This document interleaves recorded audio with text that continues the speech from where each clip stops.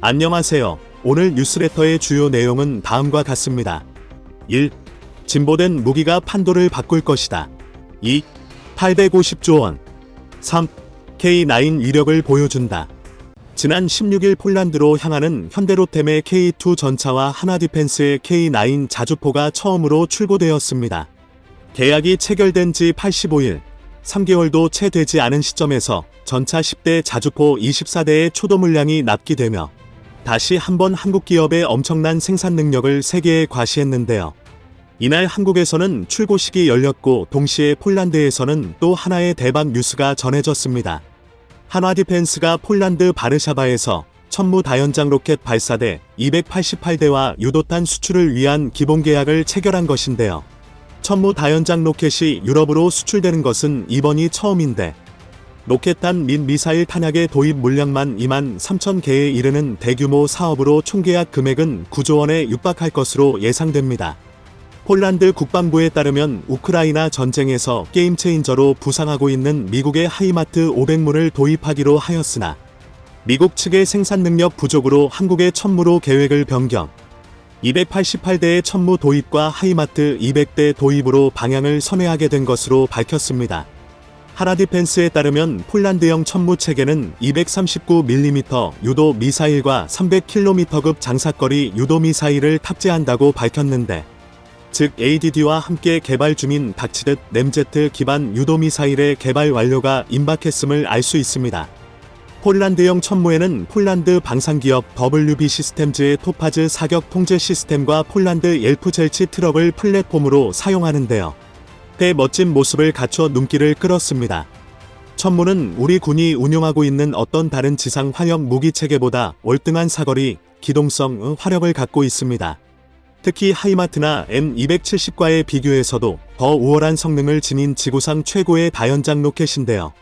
표적의 성질과 형태에 따라 세계 유일 4개 POT에서 130, 239, 400, 600mm 등 다양한 탄의 종류 운용이 가능하고 차륜형으로 높은 기동성을 갖췄으면서도 생존 가능성을 보장하기 위해 적의 화생방 및 소총 공격에 대응할 수 있는 방어력도 갖췄습니다. 한국과 폴란드 방산 계약에서 눈에 띄는 것은 단연 납기 속도입니다. K2 흑표전차는 2022년 8월 계약 후 10월 초도분 10대 납품하였고, K9 자주포는 2022년 8월 계약 10월 초도분 23문, FA50 경공격기는 2022년 9월 계약 2023년 초도분 납품 예정이며, 천무는 2022년 10월 계약 후 2023년 내로 초도분 18문을 납품할 예정입니다. 아무리 국내용 일부를 빼서 전환한 거라 하래도 폴란드 입장에서는 매우 충격다운 납기 속도일 것입니다. 현 시점 전 세계 어디를 둘러봐도 이러한 생산 능력을 가진 국가는 단연코 한국 밖에는 없습니다. 폴란드 현지 네티즌들도 한국과의 협력에 긍정적인 반응을 내비쳤습니다. 네티즌들은 부하 슈차큰 장관 SNS에 한국과 폴란드는 협업을 통해 차세대 무기체계 개발, 제3국 공동 진출 등 방산 협력을 발전시키기로 합의하였는데요. 그리고 바로 폴란드 부하 슈차큰 장관은 자신의 트위터를 통해 깜짝 놀랄만한 소식을 전했는데, 바로 한국의 5세대 보병전 투장갑차 레드백 도입을 진지하게 고려하고 있다고 밝힌 것입니다. 바와 슈차트는 자체 개발 장갑차 보르스크 BORSUK의 대체 수단으로 한국 IFV 에즈 21 레드백을 고려하고 있다고 하였고, 폴란드 국방부 대변인 크시슈토프 플라텍은 RDBACK 보병 전투 차량의 테스트가 진행 중이며, 이번 시험은 10월 말까지 정지, 이동 중 실기 시험과 주야간 전투 사격 등으로 이뤄진다고 하였습니다. 언제 떠났는지도 모르겠는 레드백의 성능 테스트가 현지에서 이뤄지고 있다는 것인데, 일각에서는 호주 LAND 400을 위해 개발된 레드백이 호주의 선택이 늦춰짐에 따라 오히려 폴란드가 먼저 계약을 체결할 수도 있겠다는 이야기까지 나오고 있습니다. 이름도 PL21로 바꿔야 하는 것 아니냐며, 한화디펜스는 호주 LAND 400 페이즈 3 사업을 놓고 독일 라인메탈과 경쟁하고 있습니다. 업계는 성능 테스트에서는 레드백이 라인메탈 링크스를 앞서며 호주 육군의 더 선호 기체라는 평가받고 있으나, 후보 선정 막판 라인메탈 로비스트들이 영향력을 행사함에 따라 당초 9월이었던 최종 후보 선정이 내년 초로 연기된 것으로 보고 있습니다. 군사 전문가들은 폴란드의 레드백 도입 가능성이 오히려 호주보다 더 높다는 분석을 내놓고 있는데요.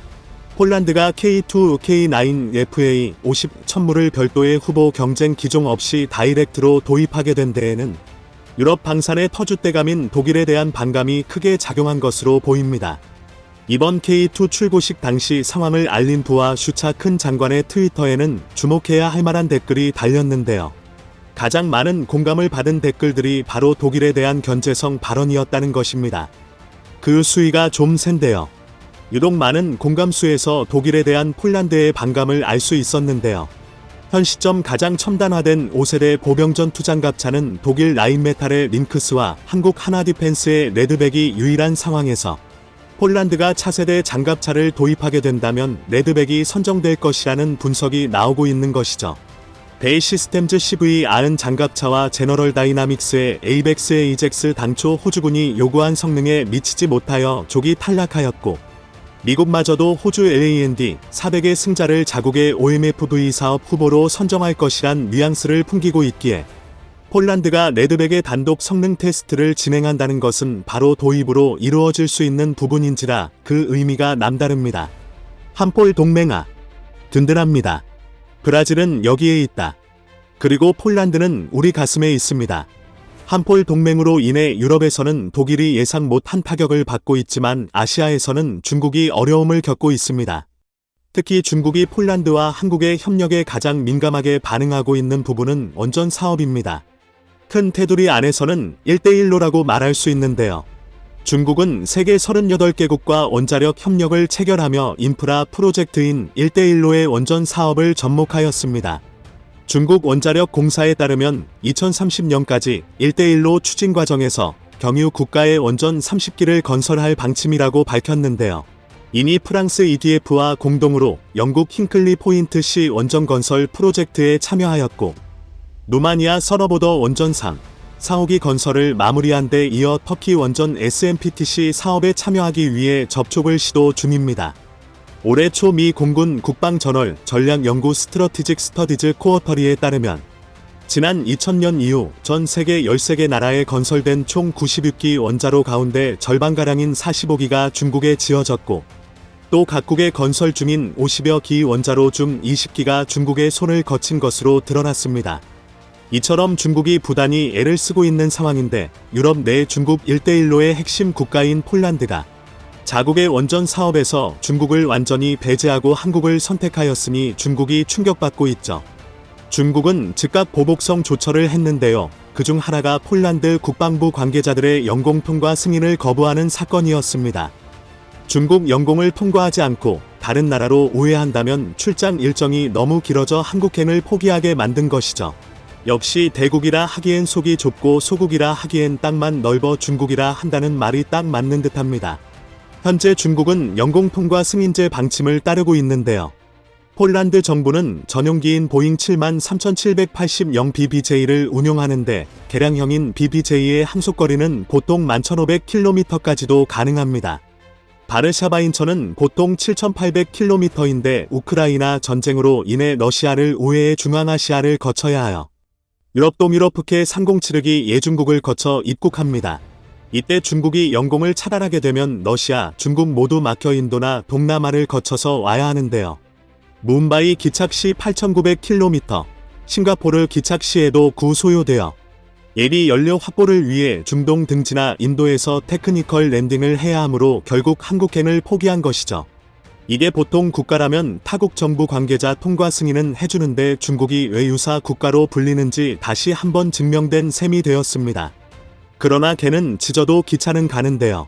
폴란드 원전 수주에서 제외된 중국이 태클을 걸든 말든 19일 한국수력원자력은 폴란드 전력공사 PG와 신규 원전 신축 사업을 위한 수주 관련 의향서 LOI를 체결하였습니다.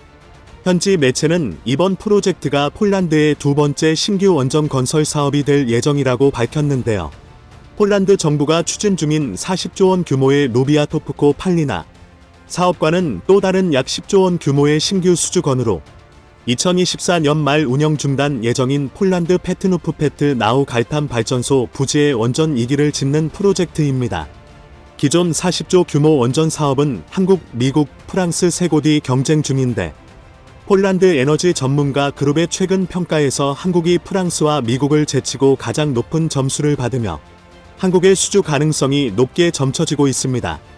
중국이 C2 국가들과의 1대1로에서 대략 850조 원을 투자하며 원전 사업을 따내기 위해 온갖 노력을 다했는데 결과는 리투아니아, 에스토니아, 라트비아가 1대1로에서 탈퇴했고 폴란드와의 협력에서 발생할 수 있는 모든 이익은 우리나라가 가져오게 생겼으니 중국이 배가 아프고 뒤틀리는 중인데요.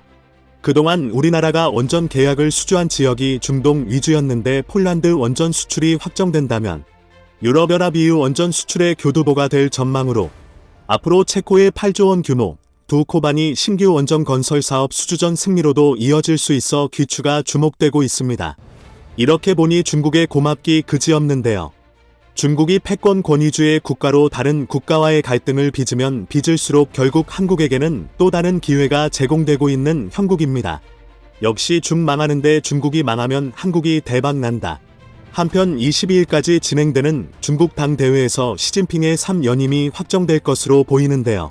뉴욕타임스는 이에 대해 고마워요. 시진핑이란 제목의 칼럼을 게재했습니다. 시진핑의 3연임은 미국은 물론 자유진영의 축복이라는 것인데요. 미국은 시진핑이 2년만 앞세운 나머지 중국 경제가 급격히 둔화하고 있어 미국 경제가 중국에 추월당할 가능성이 줄었다며 장기 집권이 오히려 미국에 유리하다고 판단하고 있습니다. 최근 마리오시 브와슈차크 폴란드 국방부 장관이 한국을 다녀간 이후 국내 방산업체를 향한 폴란드의 러브콜이 계속되고 있습니다. 폴란드는 현재 FA-50 전투기 도입 사업과 K-808 차륜형 장갑차 개조 사업, K-4 고속유탄 기관총 도입 사업 등 다양한 한국형 무기체계 도입을 논의하고 있는 것으로 알려졌는데요. 그 중에서도 가장 주목을 모으고 있는 것은 단연 K2 전차 도입건에 대한 것이었습니다. 현대로템은 브와슈차크 장관에게 K2 전차 180대를 긴급히 만들어달라는 요구를 받았다고 전하면서 계약 금액이 3조 원 플러스 알파 수준이라고 밝혔습니다. 이미 폴란드 국방부는 한국항공우주산업 KAI에 2억 원 규모로 FA-50 초음속 경공격기 48대를 구매하겠다는 의사를 타진해왔는데요. 이 모든 사업이 국방부 장관의 한국 방문 한 번으로 이루어지자 국내 방산기업은 유례없는 규모의 사업을 체결시키기 위해 눈코 뜰 새 없이 바쁘게 움직이고 있었습니다. 폴란드 당국은 하루라도 빨리 무기를 생산해 달라고 요청하고 있는 상황인데요. 무슨 일이 벌어지고 있는지 자세하게 알아보겠습니다. 잘 알려진 대로 이번 폴란드 국방부 장관의 한국 방문에는 우크라이나와 러시아 간의 전쟁이 깊이 관여되어 있었습니다.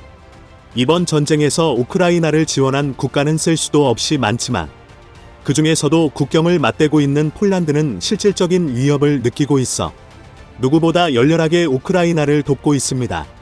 실제로 서방 국가의 지원 물자가 끊임없이 들어오면서 러시아군의 군사적 목표물이 된 우크라이나 서부 도시 시비우는 폴란드 국경과 불과 15km 떨어져 있는 곳이며 이곳에 미사일 공습이 있을 때마다 폴란드 시민들은 불안에 떨어야만 했습니다.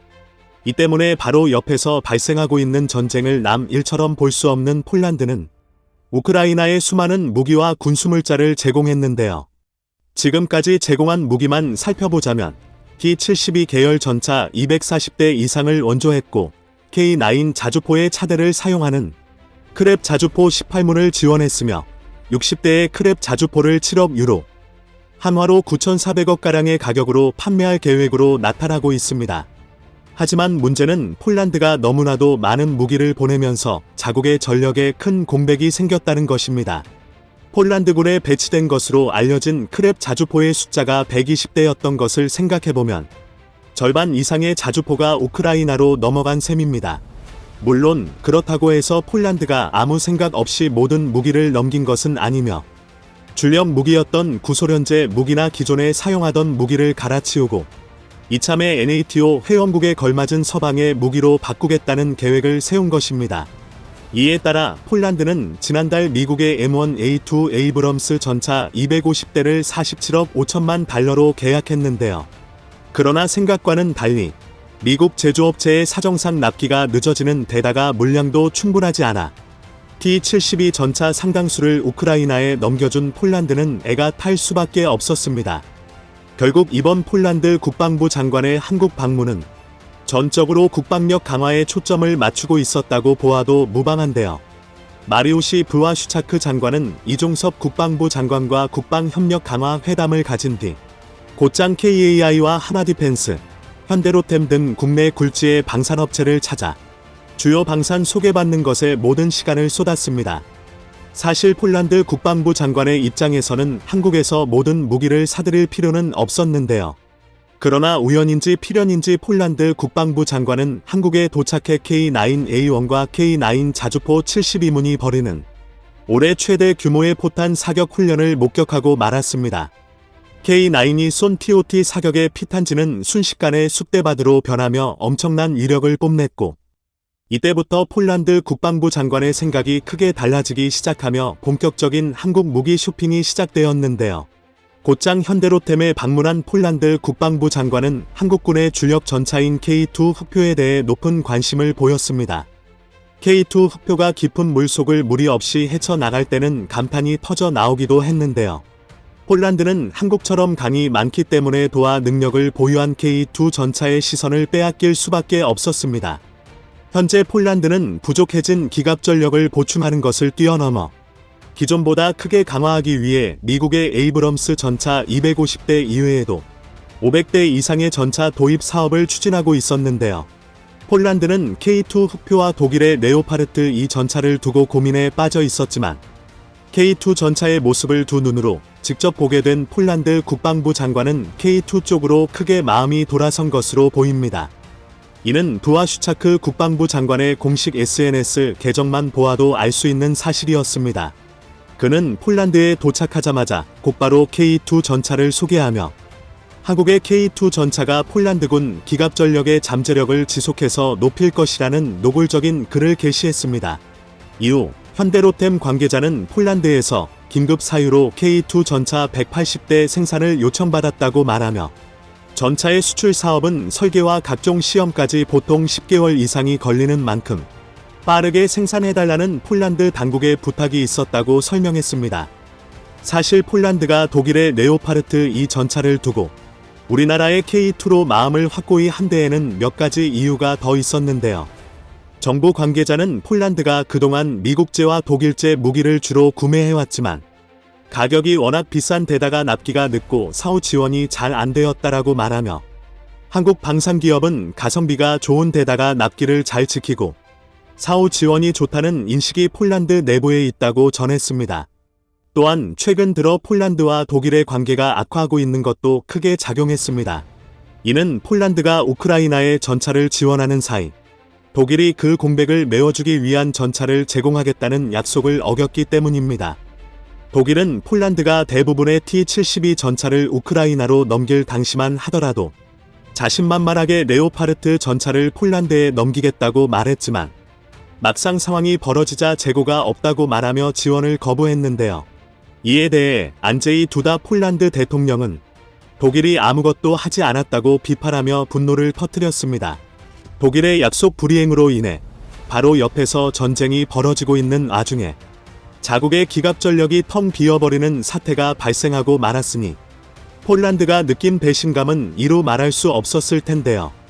게다가 최근에는 독일 장관들이 무기 지원을 승인했음에도 올라프 슐츠 총리가 이를 승인하지 않아 중화기 지원이 전혀 이루어지지 않고 있다는 논란이 생기기도 했습니다.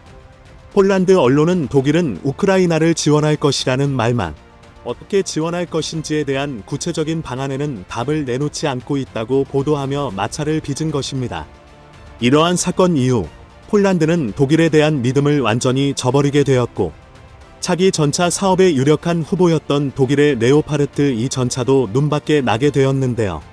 따라서 폴란드 국방부는 국가적으로 아무런 갈등이 없으며 오히려 협력 관계를 유지해오던 한국 국방부의 도움을 요청했습니다. 우선은 급한 대로 3차 양산 분량인 K2 전차 180대를 긴급히 제공해달라는 문의를 받았지만 폴란드 국방부는 최종적으로 800대 이상의 전차를 보유하는 것을 목표로 하고 있어 이후로도 폴란드와의 방산 협력을 계속될 전망이 나오고 있습니다. 실제로 폴란드 현지 매체는 자국의 국방부가 전차 500대를 추가로 구매할 예정이라고 말하며 폴란드가 한국의 IP를 사들여 폴란드에서 K2PL 전차 양산을 허가할 것으로 보인다고 보도했습니다. 여기에 따르면 폴란드는 K2 전차 이외에도 1000대가량의 차륜형 장갑차가 협상 테이블에 올라 있는 것으로 나타나고 있는데요. 폴란드가 탐내고 있는 우리나라의 장갑차는 K808이며 폴란드의 현지 생산과 공동 개량을 통해 수출까지 가능한 새로운 방산 무기 개발이 논의되고 있습니다. 이 정도만 해도 폴란드와 한국의 방산 협력은 충분하며 폴란드 역시 가장 급한 문제는 해결할 수 있었던 상황이죠. 그러나 마리우시 브와슈차크 폴란드 국방부 장관은 한국 무기를 직접 눈으로 본 이후 멈출 줄을 몰랐습니다.